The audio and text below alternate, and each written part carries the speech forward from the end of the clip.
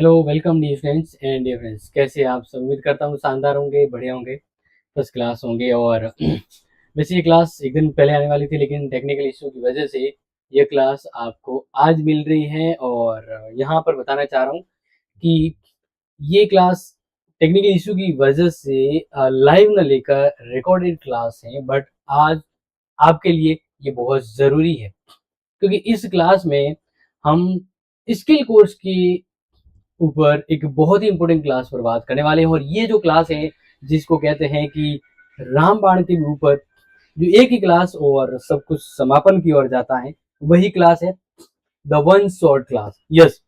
और skill course अगर जिसके हैं इंडियन कॉन्स्टिट्यूशन एंड एडमिनिस्ट्रेशन, तो उनके लिए मैं मॉडल पेपर भी दे रहा हूँ और इम्पोर्टेंट क्वेश्चंस भी दे रहा हूँ, तो इसलिए कॉन्फिडेंस लेने के लिए तो देखिए, सबसे पहले बात करते हैं मॉडल पेपर। और भी सब्जेक्ट का नाम है भारतीय संविधान एवं प्रशासन। देखो, इस क्लास के लास्ट में मैं कुछ बहुत ही इंपॉर्टेंट चीज आपको बताऊंगा। क्लास के एंड में एक ऐसी जबरदस्त इंपॉर्टेंट थिंग्स बता दूंगा जिससे ये पेपर एकदम इजी हो जाएगा। और भी, लेकिन उसके लिए पहले ये मॉडल पेपर जानना जरूरी है। क्लियर? देखिए, मॉडल पेपर में आप सभी को बताएं कि ए खंड होगा और बी खंड। अ और बी ये दोनों मिलाकर 80 नंबर का मैटर होगा। ठीक है। अ खंड में आपके 10 प्रश्न आएंगे, प्रति प्रश्न 2 नंबर के हिसाब से, तो 20 नंबर यहाँ से होंगे। ब खंड में आपके, अगर मैं बात करूं, तो 3 प्रश्न ही करने हैं, और अगर देखा जाए तो 60 नंबर होगा। तो प्रति प्रश्न कितने नंबर का हो गया? 20 नंबर। हाँ, यानी इधर से 10 प्रश्न करो, इधर से एक करो, बराबर या उससे भी इम्पोर्टेंट। तो इसलिए ध्यान रख लीजिएगा कि आपके अ और ब खंड को मिलाकर क्या करना है। करने 3 यूनिट है, ब में से 3 प्रश्न करने, लेकिन आएंगे 5 या 6। तो ये कंफ्यूजन क्लियर हो गया पहले तो। चलो अब आगे बात करते हैं। तो आपका पार्ट ए होगा, उसमें शॉर्ट इंपोर्टेंट क्वेश्चन आएंगे, तो आंसर के साथ करवा रहा हूं जो अपने सभी यूनिट से होंगे। पहला, संविधान सभा का गठन कब और कैसे हुआ? समझिएगा, क्योंकि संविधान सभा का गठन 1946 में कैबिनेट मिशन योजना के अंतर्गत हुआ था। कौन सी योजना? कैबिनेट मिशन योजना के अंतर्गत। और उस मीटिंग में उस कमीशन ने यह तय किया गया कि संविधान बनाने के लिए 389 सदस्य होंगे, जिनमें से अधिकांश का निर्वाचन प्रांतीय विधानसभाओं द्वारा अप्रत्यक्ष रूप से किया जाएगा। ध्यान रखना, ये जो 389 सदस्य थे ना, उसमें से आपके ध्यान रखना 292 सदस्य तो आएंगे ब्रिटिश प्रांत से, यानी अंग्रेजों के गुलामी वाले जो इलाके हैं वहां से। फिर 93 सदस्य जो आएंगे वो देसी रियासतों से, और 4 सदस्य जो हैं वो चीफ कमिश्नरेट क्षेत्र हैं वहां से। क्लियर?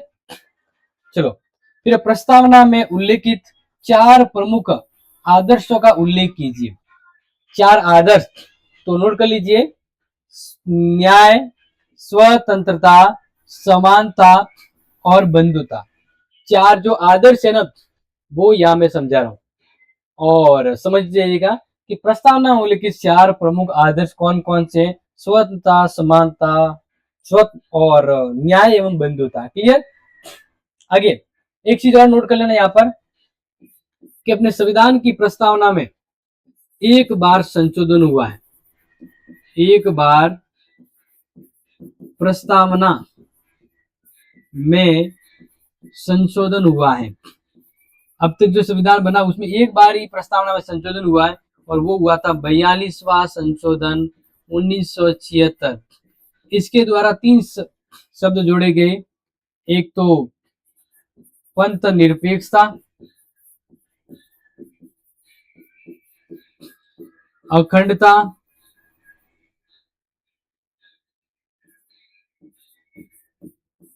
तीसरा समाजवादी। क्लियर? तो आ जाए तो इसे ध्यान रख लीजिएगा। आगे, मौलिक अधिकारों की रक्षा हेतु किस अनुच्छेद के तहत संवैधानिक उपचारों का जो अधिकार है वो उपलब्ध होता है, जिसे भीमराव अंबेडकर जी ने संविधान की हृदय और आत्मा कहा है? इतना इंपॉर्टेंट अनुच्छेद तो वो है अनुच्छेद 32।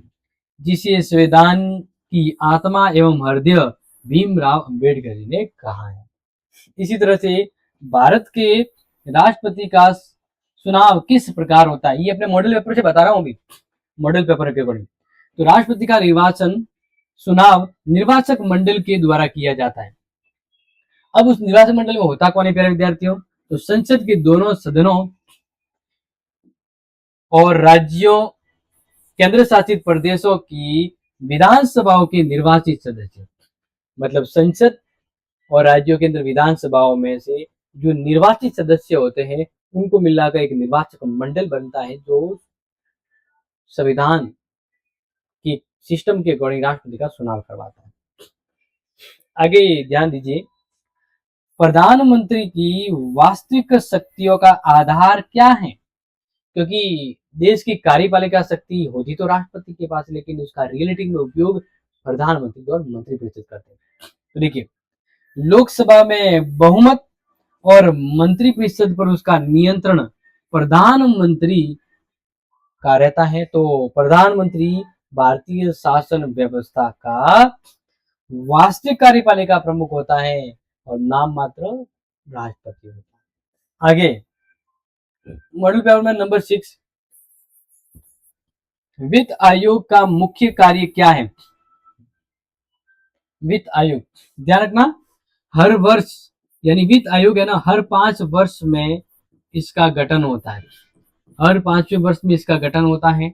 और इसके लिए संविधान में अनुच्छेद 280 अनुच्छेद कहा गया है वित्त आयोग का गठन किया जाएगा। अब वित्त आयोग केंद्र और राज्यों के बीच करों का वितरण और वित्तीय संसाधनों के बंटवारे की सिफारिश करता है।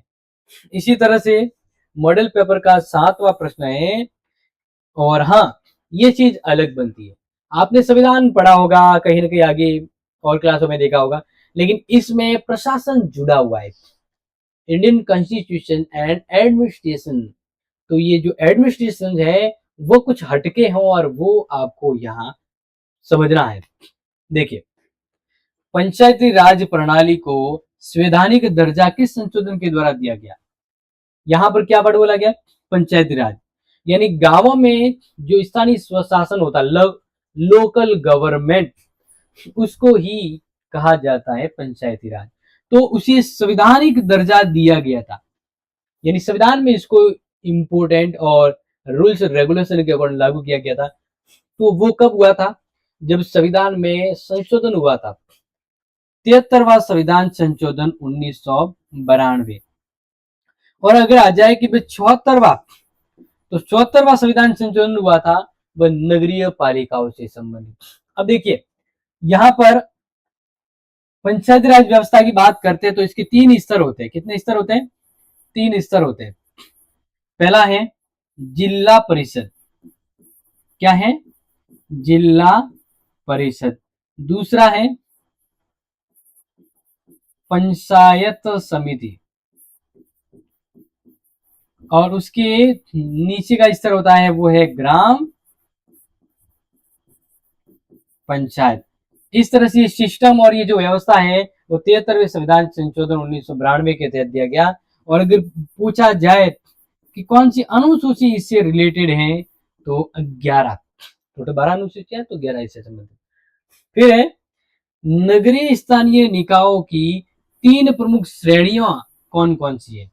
वो बताने से पहले 3 श्रेणियां, मतलब जैसे पंचायती राज की मैंने 3 श्रेणियां बताई ना, वैसे नगरीय की, लेकिन ध्यान रखना कि नगरीय राज प्रणाली को संवैधानिक दर्जा दिया गया। तो स्थानीय राज प्रणाली को संवैधानिक दर्जा कब दिया गया था, 74वां संविधान संशोधन।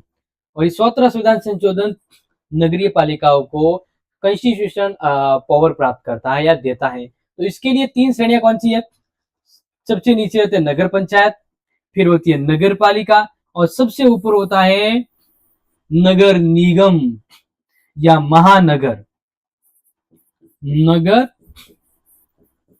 निगम। क्लियर, तो ये आपको पढ़ना बहुत जरूरी है। इसी तरह मॉडल पेपर के क्वेश्चन नंबर 9 पे देखिए, बुनियादी ढांचा सिद्धांत क्या कहलाता है। बुनियादी ढांचा मतलब संविधान का वो मूलभूत आधार जो संविधान उस पर खड़ा होकर अपने बाकी कार्य कर सकता है। यानी अगर मूल ढांचे को बदल दिया जाए तो संविधान का अस्तित्व खतरे में पड़ सकता है। तो देखिए, इसका अर्थ है कि संविधान संशोधन की शक्ति के बावजूद भी संसद संविधान की मूल विशेषताओं को, मूल ढांचा को नहीं बदल सकता। कौन सा? लोकतंत्र, न्यायपालिका की स्वतंत्रता, संघीय ढांचा, इसको संसद भी नष्ट नहीं कर सकती। बिल्कुल संसद के पास पावर है, लेकिन वो इसमें बदलाव नहीं कर सकती है। इसी तरह से मॉडल पेपर का प्रश्न नंबर 10, सूचना का अधिकार अधिनियम कब लागू किया गया और इसका क्या उद्देश्य है? देखिए, 2005 में यानी 2005 में सूचना का अधिकार अधिनियम लागू हुआ और इसका उद्देश्य था कि शासन में पारदर्शिता, यानी सरकार क्या कर रही है तो उसके मध्य पारदर्शिता लाना। क्योंकि पहले ये सब भ्रष्टाचार, करप्शन था और बहुत चीजें प्रशासन में असंवैधानिक भी होती थी। अब सिस्टम ये हुआ कि ट्रांसपेरेंसी, पारदर्शिता, कि सरकार हर एक जो भी कार्य कर रही है जनता को वो उसको जानने का हक है।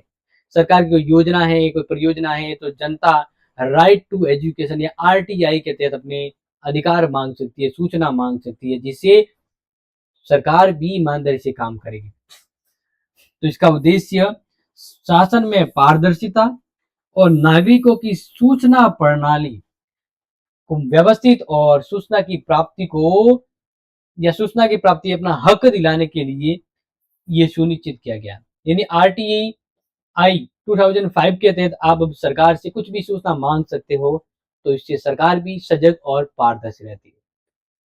तो ये मॉडल पेपर का अखंड था, जिससे इंपोर्टेंट प्रश्न आपके एग्जाम में दिए जो छोटे और बड़े दोनों में काम कर सकते हैं। अब मॉडल पेपर का पार्ट बी जो बड़े इंपॉर्टेंट और जिसकी इंतजार हर एक स्टूडेंट अपनी क्लास में करता है, क्योंकि इंपॉर्टेंट प्रश्न कितने नंबर का है? एक प्रश्न 20 नंबर का। 20 गेम जो है वो बड़ा इंपॉर्टेंट है। तो देखिए, पार्ट बी में लॉन्ग इंपॉर्टेंट क्वेश्चन है जिसका आंसर आपको 500 वर्ड में देना है।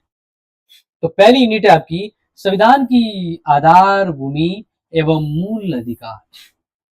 साथ ही साथ ध्यान रखना, इस मूल अधिकार के साथ है ना, इसमें मूल कर्तव्य भी जोड़े गए हैं और नीति निर्देशक तत्व भी जोड़े गए। ठीक है, तो देखिए पहला प्रश्न, भारतीय संविधान की प्रमुख विशेषताओं का वर्णन करो। ये बहुत बड़ा प्रश्न आ सकता है और ऐसा प्रश्न तो एग्जाम में टपकता है, टपक लीजिएगा अभी का अभी। क्लियर? तो ये प्रश्न हो गया इंपोर्टेंट पहले से। फिर मौलिक अधिकारों एवं राज्य के नीति निर्देशक तत्वों के बीच संबंध एवं टकराव को समझाइए। ये बड़ा इंपॉर्टेंट है। इसके साथ इस पहले वाले प्रश्न में ऑब्लिक के साथ ये भी पूछा जा सकता है कि भाई संविधान निर्माण के बारे में बताइए। तो पहले यूनिट से इंपॉर्टेंट बता दिया। यूनिट 2 है वो शासन व्यवस्था एवं प्रशासनिक संरचना के ऊपर है। तो देखिए, प्रधानमंत्री और राष्ट्रपति की शक्तियों का तुलनात्मक अध्ययन कीजिए। प्रश्न क्या है? प्रधानमंत्री और राष्ट्रपति की शक्तियों का तुलनात्मक अध्ययन कीजिए। इसी तरह से भारतीय न्याय प्रणाली की संरचना, शक्तियां एवं भूमिका का विश्लेषण कीजिए। इसी तरह से अगर आप इसमें और लिखना चाहें तो आप ये भी लिख सकते हैं कि राष्ट्रपति की भूमिका एवं शक्तियां, ये सेकेंड यूनिट का बोनस है जो तैयार करना है। फिर थर्ड यूनिट स्थानीय शासन और समसामयिक मुद्दे। तो इसमें प्रश्न तैयार करना है कि पंचायती राज व्यवस्था की संरचना, महत्व का आलोचनात्मक का अध्ययन कीजिए। पंचायती राज व्यवस्था, एक तो 73वां संविधान संशोधन और एक 74वां संविधान संशोधन। ये प्रश्न ध्यान रख लीजिएगा। देखो, 73वां तो पंचायती राज, 74वां नगरीय स्वशासन। क्लियर? नेक्स्ट है संविधान संशोधन की प्रक्रिया और बुनियादी ढांचा सिद्धांत पर प्रकाश डालिए। संविधान संशोधन के लिए आप सभी ध्यान रखना, अनुच्छेद 368 है और इसके तहत संविधान में दो तरह से संशोधन होता है, लेकिन नॉर्मली एक और तरीका भी अपनाया जाता है। तो मेरे प्यारे विद्यार्थियों, इस तरह से अगर मैं आपको कहूं तो आपके इंडियन कॉन्स्टिट्यूशन एंड एडमिनिस्ट्रेशन का जो धमाकेदार मॉडल पेपर था वो यहाँ मैंने आपको बता दिया। अब पूरे सिलेबस से जितने जबरदस्त इंपोर्टेंट शॉर्ट क्वेश्चन बनते हैं वो यहाँ समझाऊंगा, लास्ट में कुछ मैजिक बताने वाला हूँ। तो बढ़ते हैं शॉर्ट इंपोर्टेंट क्वेश्चंस की और पूरी यूनिट से। तो भारतीय संविधान एवं प्रशासन ये अपना स्किल कोर्स है, तो इसके अंदर यूनिट फर्स्ट से हम इंपोर्टेंट क्वेश्चंस आपको बता रहे हैं। अब फटाफट से करेंगे क्योंकि प्रश्न इंपोर्टेंट और ज्यादा है। प्रस्तावना क्या है और इनमें कौन कौन से आदर्श इन्वॉल्व किए गए। तो प्रस्तावना संविधान की भूमिका है, यानी संविधान का उद्देश्य, संविधान का परिचय, संविधान की व्याख्या, सब कुछ प्रस्तावना से तय होती है। इसलिए इनमें न्याय, स्वतंत्रता, समानता और बंधुता जैसे आदर्श जुड़े हुए हैं। दूसरा, संविधान सभा का गठन कब और कैसे हुआ। 1946 में कैबिनेट मिशन योजना के तहत कुल 389 सदस्यों को मिला के संविधान सभा का गठन हुआ था और संविधान सभा की जो पहली बैठक हुई थी वो हुई थी 9 दिसंबर 1946 को और 11 दिसंबर यानी 2 दिन बाद 1946 को संविधान सभा के अध्यक्ष बनाए गए थे। और कौन थे अध्यक्ष? डॉक्टर राजेंद्र प्रसाद, ठीक है ना। और अस्थायी अध्यक्ष जो थे वो सच्चिदानंद सिन्हा थे। आगे बढ़ते जाए तो इंपोर्टेंट प्रश्न की ओर बढ़ते हैं। संविधान निर्माण में कितने दिन लगे? कहता ना वो सांबा कितने आदमी थे। तो इसी तरह आपसे प्रश्न पूछा जा सकता, ओ स्टूडेंट्स बताइए कितने दिन लगे संविधान को बनने में, कितना समय लगा। तो नोट कर लेना, प्रथम बैठक कब हुई थी? फर्स्ट बैठक वो हुई थी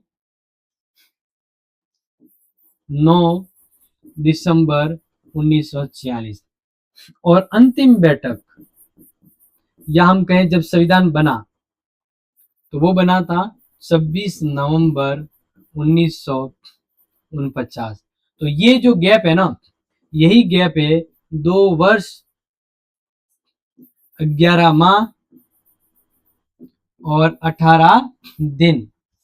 मतलब इधर देखिए, संविधान को बने 2 वर्ष 11 माह 18 दिन और टोटल कितना पैसा खर्च हुआ अगर बात करें लगभग, तो लगभग 67 लाख रुपए, यानी 63,96,729 रुपए खर्च हुए थे संविधान को बनने में। क्लियर? और संविधान लागू कब हुआ वो तो आप जानते ही है। संविधान लागू तो हुआ था 26 जनवरी 1950। तो संविधान दिवस कब मनाया जाता है? संविधान दिवस है वो मनाया जाता है 26 नवंबर हर साल। लेकिन पहला संविधान दिवस कब मनाया गया था? 26 नवंबर 2015 को। क्लियर? चलो आगे, संविधान सभा के अध्यक्ष कौन थे? डॉक्टर राजेंद्र प्रसाद 11 दिसंबर को। क्लियर? आगे बढ़े, नेक्स्ट देखिए, प्रारूप समिति के अध्यक्ष कौन थे? डॉक्टर भीमराव अंबेडकर जी। प्रारूप समिति का काम था संविधान का प्रारूप बनाना, संविधान का प्रारूप यानी ढांचा बनाना। और इसके लिए अपने प्रारूप समिति का जो गठन है वो 29 अगस्त 1947 को किया गया था और इसने अपनी रिपोर्ट जो है वो फरवरी 1948 में पेश की थी। इसके बाद संविधान सभा का 3 वाचन हुआ था। आगे, भारतीय संविधान की विशेषता, वैसे तो बहुत सारी लेकिन कुछ एक इंपोर्टेंट। भारत का संविधान लिखित और लंबा एवं विश्व का सबसे बड़ा संविधान है, बिगेस्ट। इसके साथ संघीय और एकात्मक व्यवस्था का मिश्रण है, स्वतंत्र न्यायपालिका है, संसदीय व्यवस्था है, वयस्क मताधिकार है, और भी इंपॉर्टेंट थिंग जो है जानना है। इसी तरह संविधान की सर्वोच्चता से आप क्या समझते हैं, ऐसा प्रश्न आ गया तो नोट कर लीजिए। सरकार की सभी संस्थाओं, सरकार की संस्था यानी कार्यपालिका, व्यवस्थापिका, न्यायपालिका, इनका पावर सबसे इंपॉर्टेंट, और इनके भी ऊपर सबसे पावरफुल जो है वो संविधान। तो यही है सर्वोच्चता, क्योंकि ये सभी संस्थाएं जो है ना संविधान के अंडर काम करती है। फिर संवैधानिकता का क्या आशय है? अब संविधान तो हो गया, अब ये संवैधानिकता क्या होती है? तो देखिए, सरकार की शक्तियों पर संविधान द्वारा लगाया गया नियंत्रण संवैधानिकता कहलाती है। नेक्स्ट, भारतीय संघीय स्वरूप की विशेषता बताइए, यानी भारत में संघात्मक व्यवस्था है तो इसका नेचर देखते हैं। तो देखो, इसके तहत है ना मजबूत केंद्र के साथ संघीय व्यवस्था बनाएगी। संघीय व्यवस्था में केंद्र और राज्य मिलकर काम करते हैं, लेकिन केंद्र शक्तिशाली बनाया गया।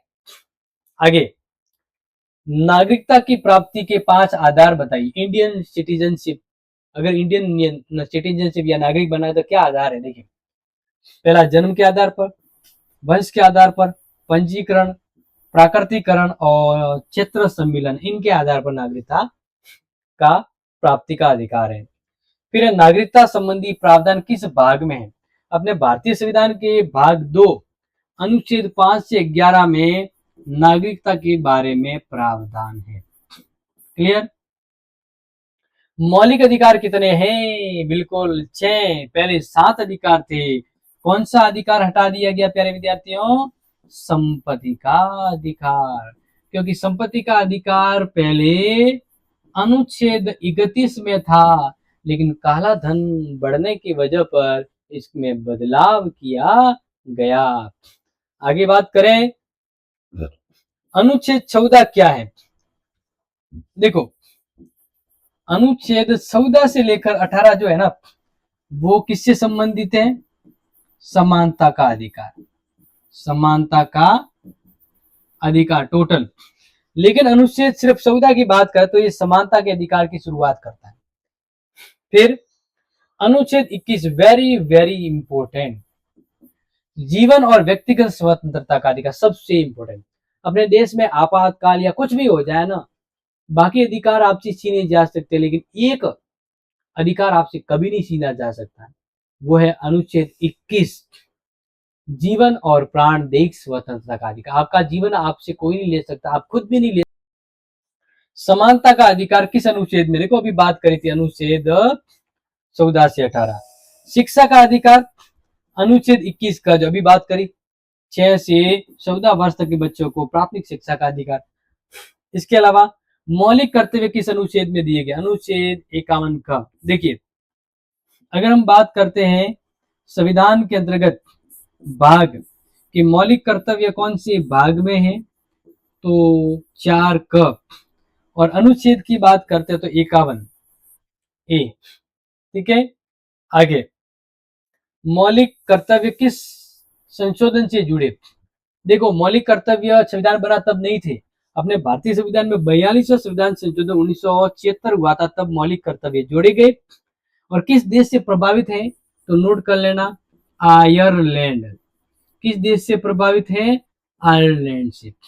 इसी तरह पूछा जाए, अगर अधिकार के बारे में पूछा जाए कि अधिकार किस देश के संविधान से प्रभावित है, तो यूएसए यानी अमेरिका। ठीक है, फिर नीति निर्देशक तत्व किस भाग में है संविधान के? संविधान का भाग 4 अनुच्छेद की बात करें तो 36 से 51 तक। नीति निर्देशक तत्व किसके लिए कार्य करते हैं? राज्य के लिए कार्य करते, मतलब एक अच्छा राज्य बनाने के तौर पर। आगे बात करें तो नेक्स्ट, नीति निर्देश तत्वों का उद्देश्य क्या है? देखो, अभी बात करी थी भैया, क्या कल्याणकारी राज्य की स्थापना करना। हर राज्य अपनी अपनी सरकार चलाता है, लेकिन उनका लक्ष्य एक ही है, लोगों का कल्याण करना। इसलिए यहाँ पर नीति निर्देशक तत्व के अंतर्गत कल्याणकारी राज्य की बात कही गई है। अधिकार और नीति निर्देशक तत्व का संबंध क्या है? तो देखो, दोनों एक दूसरे के पूरक हैं। टकराव होने पर अधिकार पावरफुल हो जाए, क्योंकि अधिकार के पास गारंटी का अधिकार यानी अनुच्छेद 32 के तहत अपनी का अधिकार की रक्षा हो सकती है, यानी वाद योग्य है। नीति निर्देशक तत्व की प्रकृति क्या है? ये गैर न्यायिक और मार्गदर्शक, यानी इस पर कोई राज्य अगर निर्देशक तत्वों के अकॉर्डिंग नहीं चलता है तो कोई दंड नहीं लिया लगाया जाता, और ये एक मार्गदर्शक की भूमिका निभाते हैं। आगे, प्रस्तावना और नीति निर्देशक तत्व में समानता क्या है? देखो, प्रस्तावना और नीति तत्व तो दोनों में आदर्श एवं मूल्य जुड़े हुए हैं, ठीक है। प्रस्तावना सबसे इंपॉर्टेंट है, नीति निर्देशक तत्व से भी अगर ऐसा पूछा जाए। नेक्स्ट, अनुच्छेद 32 में क्या कहा गया है? संविधान की हृदय एवं आत्मा, क्योंकि ये पूरे संविधान स्वतंत्रता की रक्षा करता है। इसी तरह से बात करते हैं तो भाग 3 और भाग 4 में क्या अंतर है? तो देखो, भाग 3 जो है वो अधिकारों से संबंधित है और भाग 4 जो है वो गैर न्यायिक अधिकारों से, यानी भाग 3 में तो मौलिक अधिकार है और 4 में नीति निर्देशक तत्व और कर्तव्य, ठीक है। अब हम बात करते हैं यूनिट 2 से शानदार इंपोर्टेंट जो प्रश्न है वो यहाँ पर मैं आपको करवा देता हूं, वो भी नोट कर लीजिए, ठीक है।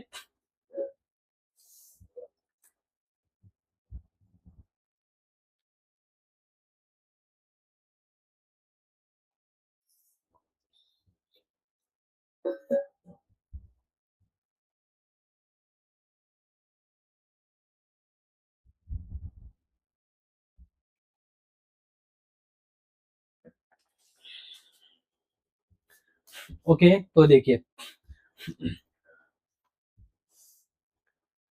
शासन व्यवस्था और प्रशासनिक संरचनाएं, ये यूनिट 2 है, ठीक है। देखिए, राष्ट्रपति का चुनाव कैसे होता है? निर्वाचक मंडल के द्वारा। अब निर्वाचक मंडल में कौन होता है? ये तो अभी मैंने आपको बताया कौन होता है। संसद और विधान राज्यों की विधानसभा के निर्वाचित सदस्य। निर्वाचक मंडल में सांसद और विधानसभा यानी एमपी प्लस एमएलए। ओके, राष्ट्रपति के अधिकार क्या है?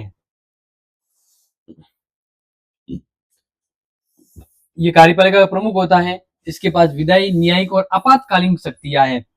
आपको पता है ना, अनुच्छेद 352, 356 और 360, ये राष्ट्रीय आपातकाल, ये संवैधानिक आपातकाल और ये वित्तीय आपातकाल। आगे, राष्ट्रपति का वीटो अधिकार। राष्ट्रपति का वीटो अधिकार क्या है? वीटो का मतलब होता है कि जब लोकसभा राज्यसभा के द्वारा कोई विधेयक पारित करके लिया जाए, विधेयक पारित करके राष्ट्रपति के पास आता है तो राष्ट्रपति ही क्या करता है? मोहर लगाता है, तब कानून बनता है। राष्ट्रपति मोहर न लगाकर अपने पास रखे या मतलब इसको लंबा वेट करवाए तो क्या होगा? तो देखिए, किसी विधेयक को अस्वीकार करना, वापस भेज देना या लंबित करना, मतलब विधेयक जो है वो संसद की ओर से पास होके आता है, विधान अपने लोकसभा राज्यसभा, तो राष्ट्रपति उसको अस्वीकार कर दे, वापस भेज दे या पेंडिंग रखे, तो यही वीटो पावर है, ठीक है।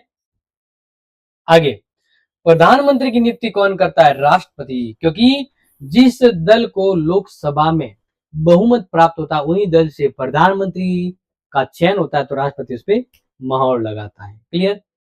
आगे, प्रधानमंत्री की शक्तियां, तो मंत्रिपरिषद का नेतृत्व करना, नीतिगत निर्णय लेना और कैबिनेट प्रमुख। इसी तरह से आगे, मंत्रिपरिषद की सामूहिक जिम्मेदारी क्या है? यानी मंत्रिपरिषद एक साथ तैरते, एक साथ डूबते, और ये पूरी तरह से लोकसभा के प्रति जिम्मेदार होते हैं। देखिए, सभी मंत्री लोकसभा के प्रति संयुक्त रूप से जिम्मेदार होते हैं। आगे बात करें तो संसद की संरचना बताइए, यानी संसद में कौन कौन होता है? राष्ट्रपति, अनुच्छेद 52, लोकसभा अनुच्छेद 81, राज्यसभा अनुच्छेद 80। यानी पूछा जाए संसद कि भाई संसद का उल्लेख कहां किया गया है, तो अनुच्छेद 79 के तहत संसद का वर्णन किया गया है। आगे, लोकसभा राज्यसभा की सदस्य संख्या क्या, कितने मेंबर होते हैं? लोकसभा में 545, राज्यसभा में 250। लोकसभा में 2 सदस्य राष्ट्रपति मनोनीत करता था, लेकिन राज्यसभा में राष्ट्रपति 12 सदस्य मनोनीत करता है जो कला, साहित्य और विज्ञान से बिलोंग करते हैं। ठीक है, आगे। और हाँ, लोकसभा का अगर कोई सदस्य बनना चाहता है लोकसभा का, तो उसकी उम्र 25 वर्ष होनी चाहिए। राज्यसभा का बनना चाहता है तो 30 वर्ष होनी चाहिए। और अगर राष्ट्रपति बनना चाहता है तो उसकी उम्र कम से कम 35 होनी चाहिए। अब लोकसभा का अध्यक्ष जो होता है उसके क्या कार्य है? संसद की अध्यक्षता करना, मतलब वो जो संसद है ना उसका मैनेजमेंट करना, कार्रवाई संचालन करना और शिष्टाचार बनाए रखना। आगे, संसद के वित्तीय अधिकार क्या है? वित्त यानी फाइनेंशियल पावर, तो बजट पारित करना, कर लगाना और धन विधेयक के बारे में निर्णय लेना। इसी तरह राज्यपाल की नियुक्ति कौन करता है? राष्ट्रपति के द्वारा राज्यपाल की नियुक्ति होती है। और ये 5 साल फिक्स तो नहीं, लेकिन अनुमान 5 साल होता है, क्योंकि राष्ट्रपति के प्रसाद पर्यंत तक राष्ट्रपति राज्यपाल को नियुक्त करता है। फिर है मुख्यमंत्री के कार्य। सेंटर में प्रधानमंत्री होता है तो स्टेट में मुख्यमंत्री होता है। मंत्रिपरिषद का नेतृत्व करता है और राज्य में पूरी तरह से नीति संचालन करता है। तो कमेंट में मुझे बता दीजिएगा कि वर्तमान में राजस्थान के मुख्यमंत्री, राज्यपाल और विधानसभा के अध्यक्ष कौन है?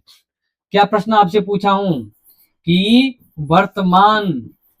वर्तमान राजस्थान में क्या, एक तो मुख्यमंत्री कौन है, दूसरा राज्यपाल कौन है, तीसरा विधानसभा होती है ना, तो विधानसभा का अध्यक्ष कौन है?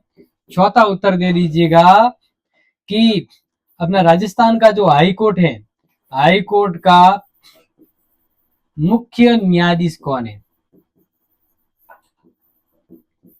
ये चारों उत्तर दीजिएगा, क्योंकि क्लास भले ही आपको अभी जस्ट रिकॉर्ड करके दी हो, लेकिन सबसे जरूरी क्लास है ये। तो इसके आंसर दीजिएगा, हम आपके उत्तर की प्रतीक्षा कर रहे हैं। आगे, राज्य विधानसभा और विधान परिषद में क्या अंतर है?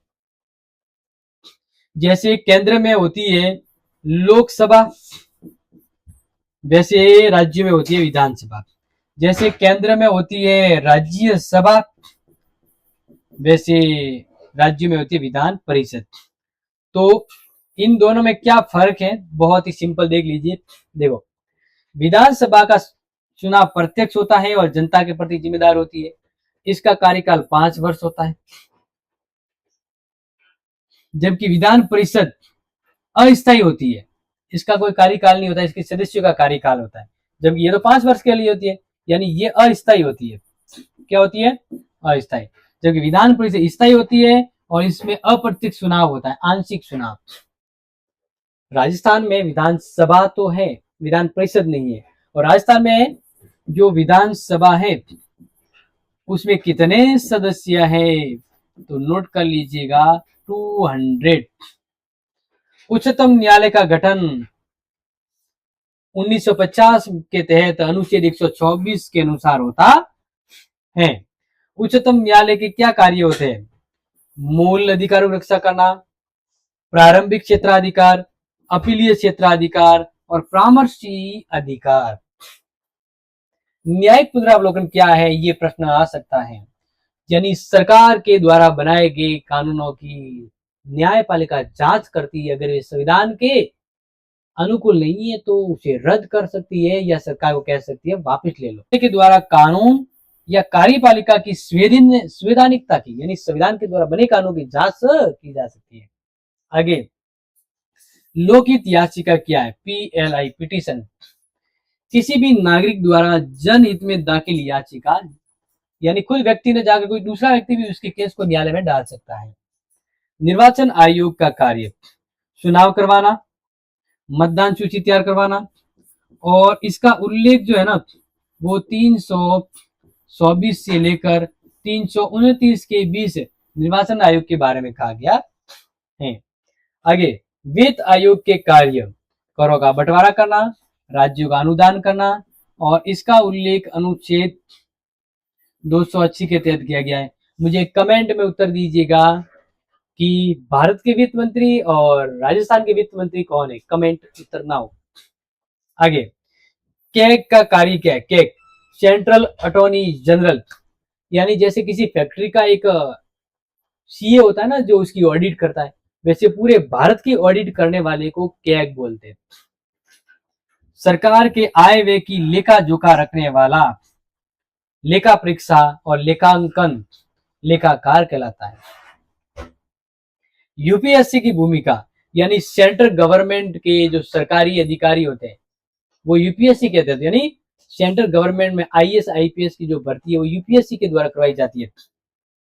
Union Public Service Commission, civil सेवा परीक्षाएं भर्ती जैसी आईएएस आईपीएस।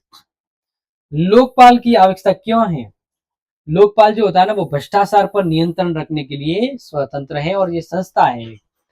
चुनाव आयोग आरटीआई अधिनियम 2005 के तहत सूचना का अधिकार है, यानी आरटीई 2005 के तहत सरकार से कोई भी सूचना प्राप्त कर सकते हो। आगे, प्रशासनिक कानून क्या होते हैं? यानी प्रशासन को चलाने को लेकर मंत्री और सरकारी अधिकारी दोनों के बीच तालमेल और व्यवस्था प्रशासन। तो देखिए, सरकार और नागरिकों के बीच संबंध नियंत्रित करने वाले कानून और अधिकारी।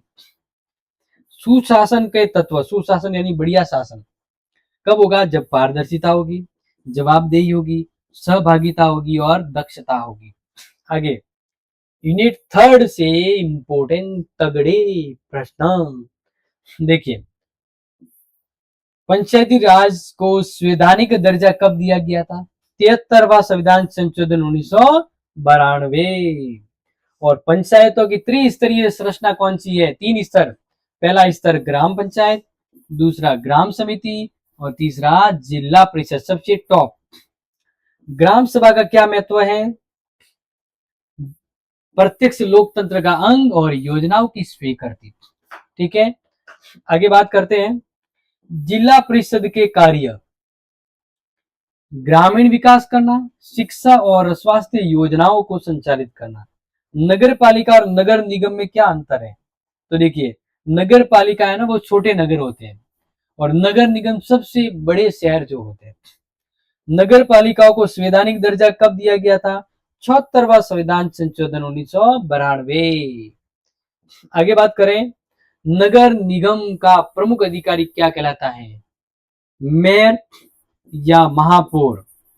मेयर या महापौर। ठीक है, आगे, नगर पंचायत किसके लिए होती है? संक्रमण अवस्था वाले कस्बे, यानी जो न तो गांव है और न पूरी तरह सिटी है, उसके बीच में आधे नगर जिसको कस्बा बोला जाता है, तो वही नगर पंचायत, और वहां पर नगर पंचायत होती है। फिर जो सिटी होती है उसमें नगर पालिका और जो बड़ी सिटी है उसमें नगर निगम। आगे, नगर पालिका की वित्तीय संसाधन क्या है? नगर पालिका के पास पैसे कहां से आते हैं? कर, शुल्क और सरकारी अनुदान से। नगरीय निकायों की समस्या क्या है? नगरीय निकायों की समस्या क्या है? तो नोट कर लीजिए, वित्तीय कमी, एक तो पैसों की कमी है क्योंकि उनके पास संसाधन कम होते हैं, भ्रष्टाचार ऊपर से हो जाता है, और तीसरा अव्यवस्था। आगे नेक्स्ट देखिए, क्वेश्चन नंबर 61, जिला कलेक्टर की भूमिका। जिला कलेक्टर राजस्व प्रशासन, यानी एक तो राज्य में राजस्व प्रशासन का मैनेजमेंट करता है, राजस्व वसूली करना, टैक्स। दूसरा, कानून व्यवस्था एवं चुनाव के ऊपर ध्यान देता है।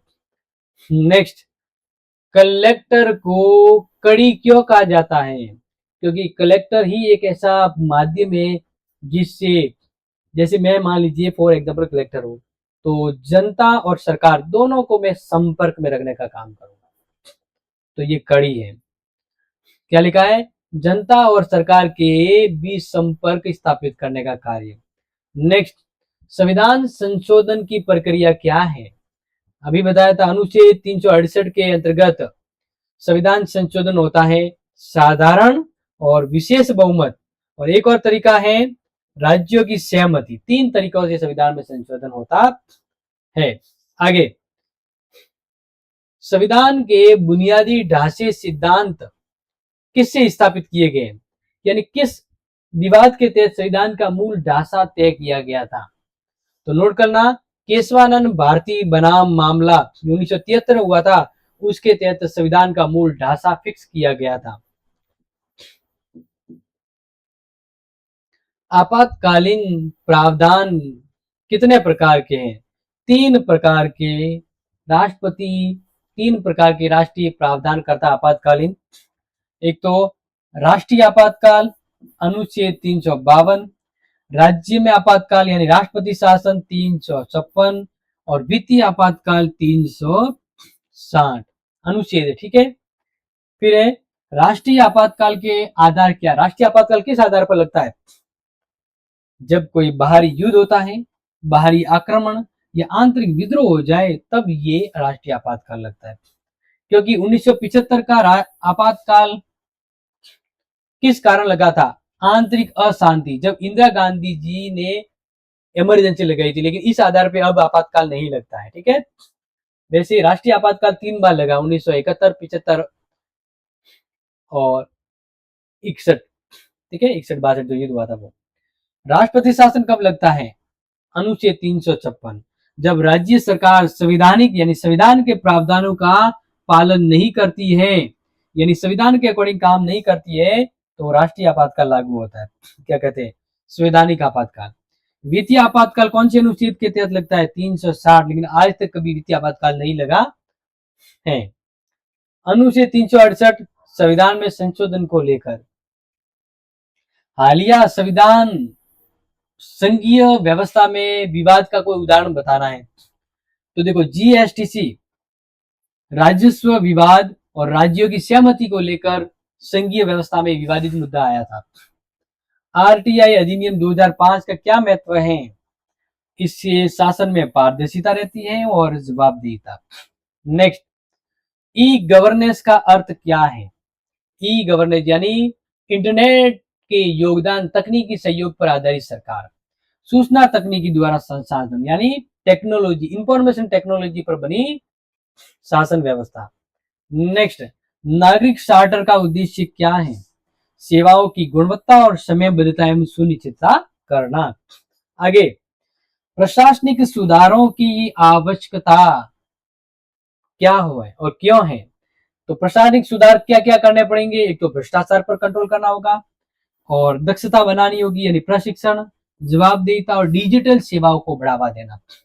अब मैंने लास्ट में कहा था कुछ टिप्स बता देता हूं, क्योंकि आपके वन शॉट के इंपॉर्टेंट क्वेश्चन तो बता दिए। आगे देखिए टिप्स कि आपको इंडियन कॉन्स्टिट्यूशन या पब्लिक एडमिनिस्ट्रेशन के बड़े प्रश्नों के भी उत्तर चाहिए, तो आप क्या करना, BA second semester political science जो मैंने इस बार पढ़ाई है, वो पॉलिटिकल साइंस की आप मैराथन क्लास देख लेना, 4-5 मैराथन क्लास होगी, वो देख लेना, ऑल इज वेल हो जाएगा। इसके अलावा आपको ये जो कोर्स है, इस कोर्स के आपको नोट्स चाहिए पूरे के पूरे 100% यूजफुल, हैंड राइटिंग, कंप्यूटर और ये वाले भी, तो आप डाउनलोड कर लेना क्लासी सेट ऐप। नोट्स कहाँ मिलेंगे? Classy set app. अगर आपको वास्तव में नोट्स की जरूरत है तो हमें जरूर बताएं, तो हम आपके ऑफर दे सकते हैं, यानी वर्तमान नोट की प्राइस 100 है, अगर आपकी डिमांड रही तो इसको कम किया जा सकता है। 15 मौके का फायदा नहीं, आपको अवसर देंगे।